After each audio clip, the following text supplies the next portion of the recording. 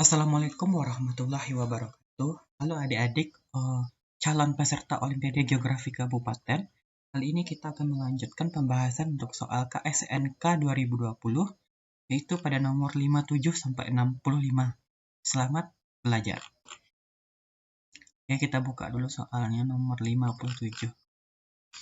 Oke, ini udah ketemu soalnya. Nah, soal nomor 57 ini mengkaji tentang geografi pertanian, di mana soalnya jenis lahan pada soal nomor 56 berarti berkaitan dengan narasi 56 memiliki sifat lahan yang sangat masam. Oke, kita kunci dulu katanya sangat masam, sehingga tidak cocok dikembangkan untuk lahan pertanian secara umum. Berarti karena daerahnya masam, tidak cocok nih dikembangkan untuk pertanian di segala tempat. Nah, akan tetapi lahan seperti ini telah dimanfaatkan oleh penduduk untuk tipe pertanian. Oke, berarti tanah yang masam ini ternyata juga dapat dimanfaatkan untuk pertanian. Nah, pemanfaatan seperti apa? Kita lihat satu-satu dulu. Yang pertama adalah, tunggu, saya gunakan pen ini. Nah, yang pertama adalah sawah tak ada hujan. Nah, sawah tak ada hujan itu apa? Adalah sawah yang memanfaatkan sepenuhnya air hujan. Artinya, sawah ini dapat digunakan jika turun hujan. Nah, biasanya sawah tak ada hujan ini terdapat di negara-negara berkembang. Negara-negara yang memiliki lahan dengan pematang-pematang yang dapat menghambat untuk menyalurkan air atau proses irigasi. Itu sawah tak ada hujan ya. Nah, contohnya apa? Contohnya di Asia Selatan. Nah, di Asia Selatan contoh negaranya itu ada India, Bangladesh. Sedangkan di Asia Tenggara itu sawah tak ada hujan ini ditemukan banyak di Myanmar, atau dominannya di Myanmar atau Burma. Jadi sawah tak ada hujan itu umumnya terdapat di negara berkembang. Nah, kita lihat lagi opsi yang kedua, sawah pasang surut. Apa itu sawah pasang surut? Sawah pasang surut tentu adalah sawah yang dipengaruhi oleh aktivitas pasang surut yang biasanya terjadi di daerah muara sungai dan rawa-rawa yang dekat dengan pantai. Nah, akibatnya apa? Akibatnya itu adalah tanah atau daerahnya itu asam, sifat tanahnya. Kenapa? Karena adanya genangan air dari aktivitas pasang surut. Nah, selanjutnya kita lihat sawah beririgasi alam. Beririgasi alam. Nah, sawah beririgasi alam ini artinya adalah sawah dengan adanya irigasi atau sungai yang memang terbentuk secara alami. Berarti ini bagus ya. Kalau selanjutnya ada tegalan. Nah, tegalan itu adalah pemanfaatan lahan kering dan hujan yang dapat dimanfaatkan untuk menanam tanaman semusim dan tanaman tahunan. Jadi ini bentuk pemanfaatan dari daerah yang masih kering atau agak tandus gitu. Jadi dimanfaatkan. Selanjutnya adalah tegal pekarangan. Nah, tegal pekarangan ini adalah pemanfaatan sebuah pekarangan di lingkungan sekitar, di daerah sekitar rumah, dan ini masih jauh dari sumber air. Berarti ini sifat tanahnya tidak asam ya. Tegalan juga tidak asam. Sawah irigasi alam tentu tidak asam. Sawah tak ada hujan tentu tidak asam karena hanya tergenang ketika hujan saja. Berarti jawabannya adalah sawah pasang surut. Kenapa? Karena yang diminta soal adalah pasang surut. Yang diminta soal adalah tanah yang asam, masam. Itu karena ada genangan dari pasang surut. Ini udah jelas jawaban 57B. Next kita masuk soal 558. Selain jenis lahan yang dimaksud nomor 57, terdapat jenis lahan yang memiliki elevasi atau kemiringan yang berada di atas permukaan laut. Berarti kemiringannya cukup tinggi. Lokasi lahan ini juga dapat berada di luar jangkauan fluktuasi pasang surut air laut. Artinya perubahan-perubahan yang terjadi pada pasang surut air laut dan saat musim hujan datang akan tergenang oleh air yang berasal dari limpahan air hujan ataupun luapan air sungai. Namun pada saat musim kemarau, sebagian lahan akan mengalami kekeringan dan air tergenang yang masih tersisa juga akan membentuk rawa.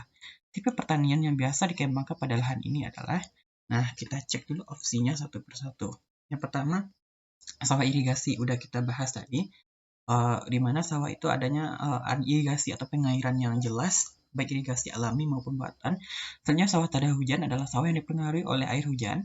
Nah, di sini juga dipengaruhi oleh musim hujan, namun ada tambahan kalimat gini.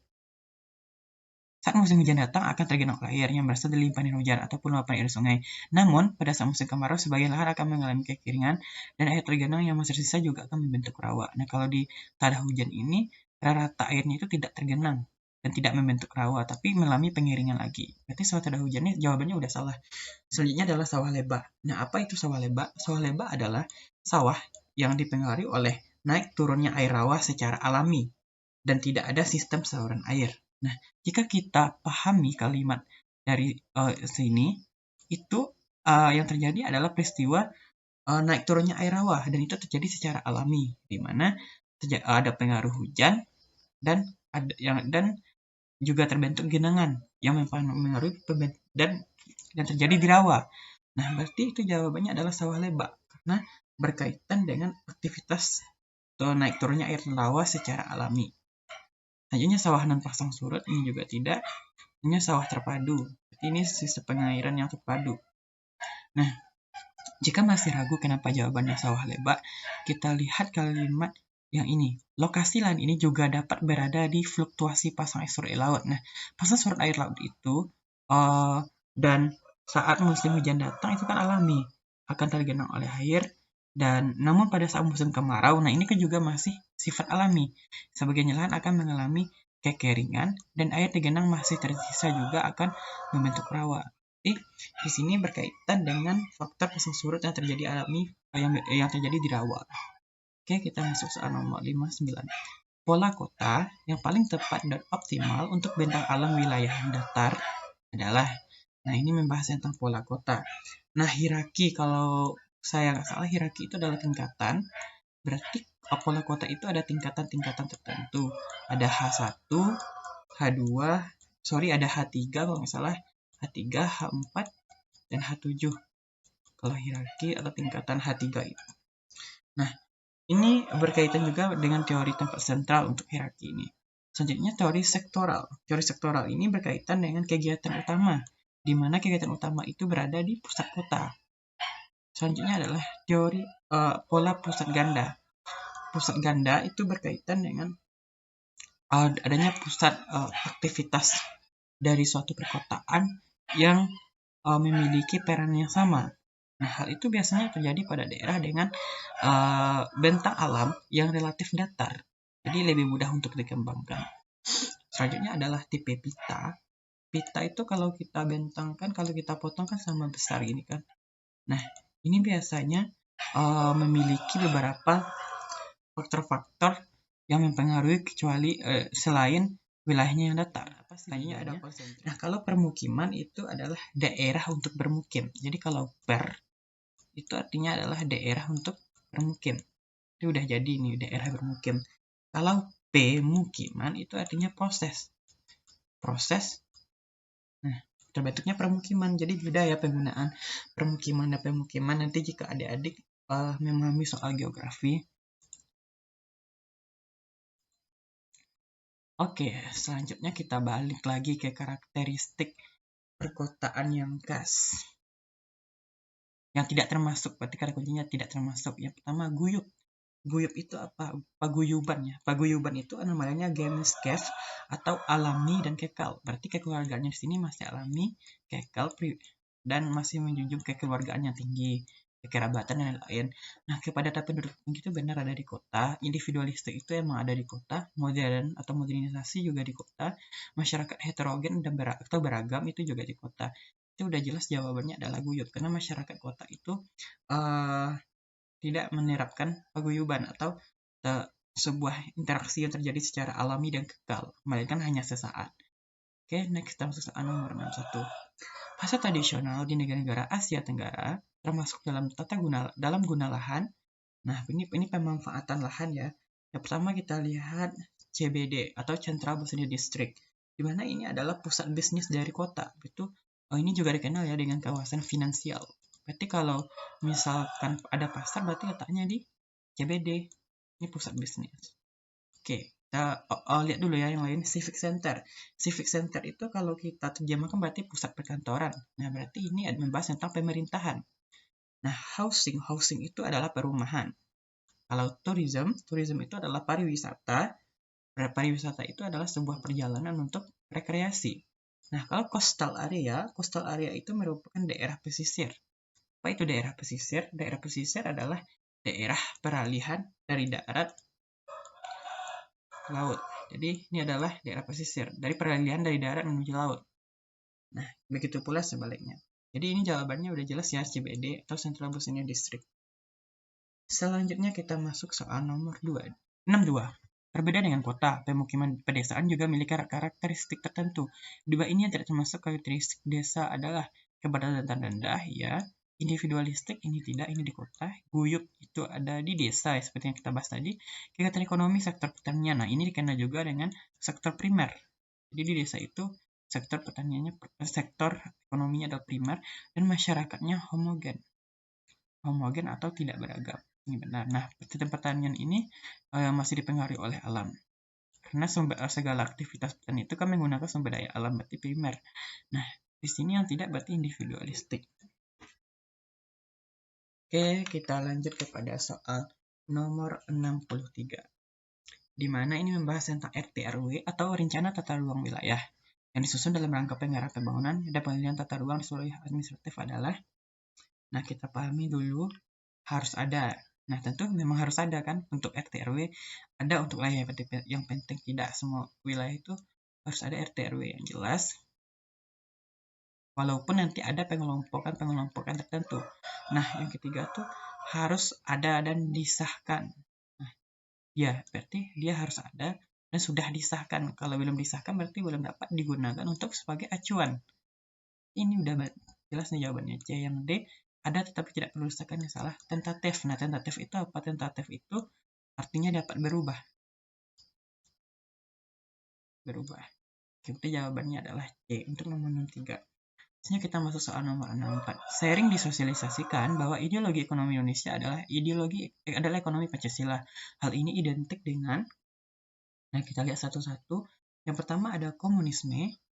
Komunisme itu dikemukakan oleh Karl Marx, di mana hak bersama oleh negara. Jadi hak bersama itu diatur oleh negara. Nah, kalau misalkan neoliberal itu adalah sebuah paham ekonomi di mana dia muncul setelah Perang Dunia I untuk neoliberal. Dunia I dan merupakan campur tangan dari pemerintah dan swasta. Nah, selanjutnya ekonomi kesejahteraan atau kita juga sering ada welfare ekonomi. Nah, seperti itu kalau ekonomi kesejahteraan. Selanjutnya ada etatisme. Etatisme itu adalah suatu paham yang mementingkan negara daripada rakyat. Jadi kesejahteraan yang pertama itu adalah negara, rakyat itu nomor 2. Oke, ini etatisme. Selanjutnya juga ada kapitalisme, itu sebuah paham di mana modal pribadi itu digunakan swasta dengan tujuan untuk mencari keuntungan. Kapitalisme, tapi modalnya dari pribadi maupun swasta.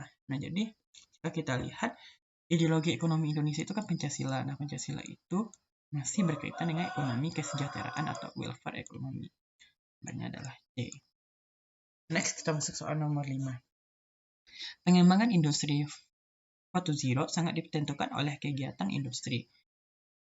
Nah, ini berarti ini hierarki atau tingkatan kegiatan industri.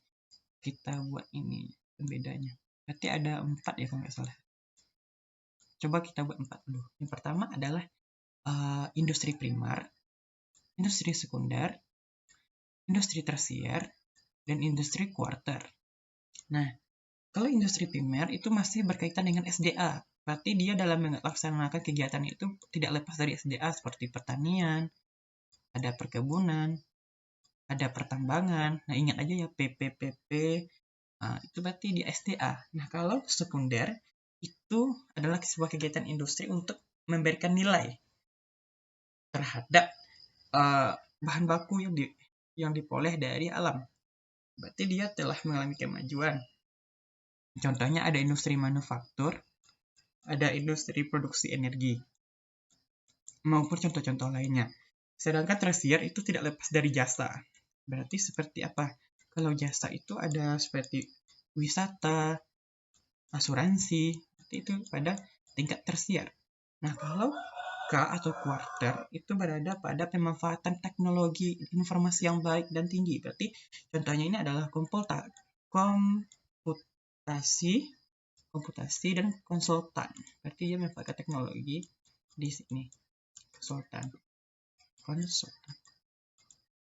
Nah, di sini yang ditanyakan soal adalah pengembangan industri 4.0 sangat ditentukan oleh kegiatan industri.